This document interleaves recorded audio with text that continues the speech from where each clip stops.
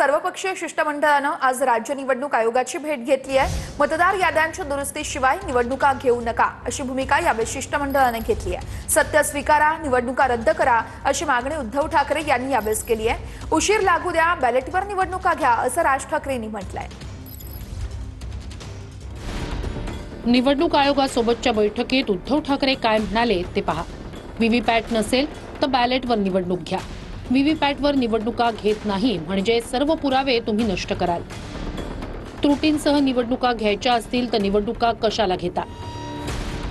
Direct election for selection करून टाका। सत्य स्वीकारा आणि निवडणूक रद्द करा।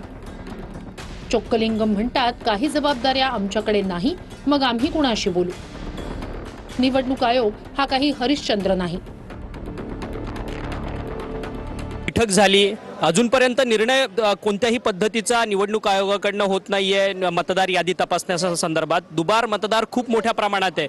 अशोक बापू पवार जे तुमचे माजी आमदार आहेत, पराभूत उमेदवार आहेत शिरूर मतदारसंघाचे, त्यांनी तर संपूर्ण फाईल घेऊन आलेले होते। ते नाही, या संदर्भामध्ये महाराष्ट्रातल्या विधानसभेच्या निवडणुकीच्या अगोदरपासून हरकती घेतलेल्या आहेत, त्याचा निर्णय झालेला नाही। तीच यादी अंतिम करून आता या ठिकाणी निवडणूक घेण्याचा प्रयत्न होतोय, याच्यावर आमची हरकत आहे। आज दोघांच्याही समोर आम्ही बैठक घेतली, आम्ही सकारात्मक चर्चा करू असा निर्णय ते देतो असं सांगितलं आहे। आमची भूमिका आहे, जरी कोर्टाने सुप्रीम कोर्टाने सांगितलं जरी असेल निवडणुका घ्या, तर त्या निवडणुका घेताना त्या लोकशाहीतून निवडणुका व्हाव्या। आपण 8 वर्ष 5 वर्ष निवडणुका घेतल्या नाहीत, अजून 6 महिने निवडणुका घेतल्या नाही, तरी पण त्या निवडणुका लोकशाहीने व्हाव्या अशी आमची मागणी आहे।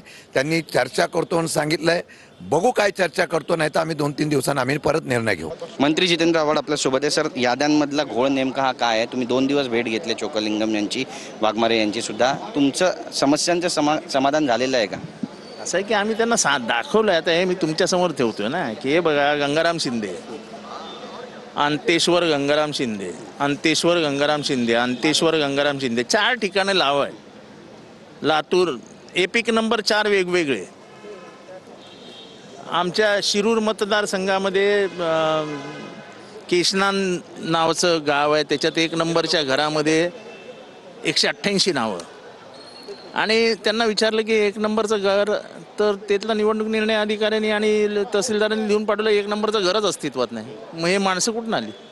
तर आम्ही 18 ऑक्टोबर 2024ला सांगितलंय की बघा, असा असा घोटाळा होतोय, अशी अशी मतं टाकली जात आहेत, सर्व्हर मॅनेज होत आहेत, सर्व्हर कोणीतरी दुसरा ऑपरेट करतोय। हे पत्र मी स्वतः चोक्कलिंगम साहेबांच्या हातात दिलेलं आहे। कॅमेरा पर्सन योगेश गुरवचा, गिरीश गायकवाड, TV9 मराठी, मुंबई। बघा, एक महत्त्वाचं आहे की निवडणूक अर्थात सगळ्यांनाच पाहिजे, पण निवडणुका ज्या होतील ते पारदर्शक झाले पाहिजेत आणि ज्याला आपण फ्री अँड फेअर इलेक्शन्स बोलतो तशा झाल्या पाहिजेत। आत्ताची जी यादी आहे, जे आपण ऐकलं असेल सगळ्या नेत्यांना, अनेक मतदारसंघांमध्ये जे घोळ झालेले आहेत किंवा घोळ करून ठेवलेले आहेत, कधी दुबार मतदार, कधी तिबार मतदार, काही काही तर आपण पाहतोय 0 नंबरची घरं आहेत, कुठे ॲड्रेस नाही आहे, कुठे फोटो नाही आहे। ही यादी प्युरिफाय होणं गरजेचं आहे, ही यादी स्वच्छ होणं गरजेचं आहे, डेटा क्लिनिंग होणं गरजेचं आहे। आणि हे जेवढं काम आम्हाला 8 दिवसात करायला सांगितलं, तेवढंच कर्तव्य हे निवडणूक आयोगाचं आहे, जी निवडणूक आयोग आपल्या निवडणूक घेण्यासाठी जबाबदार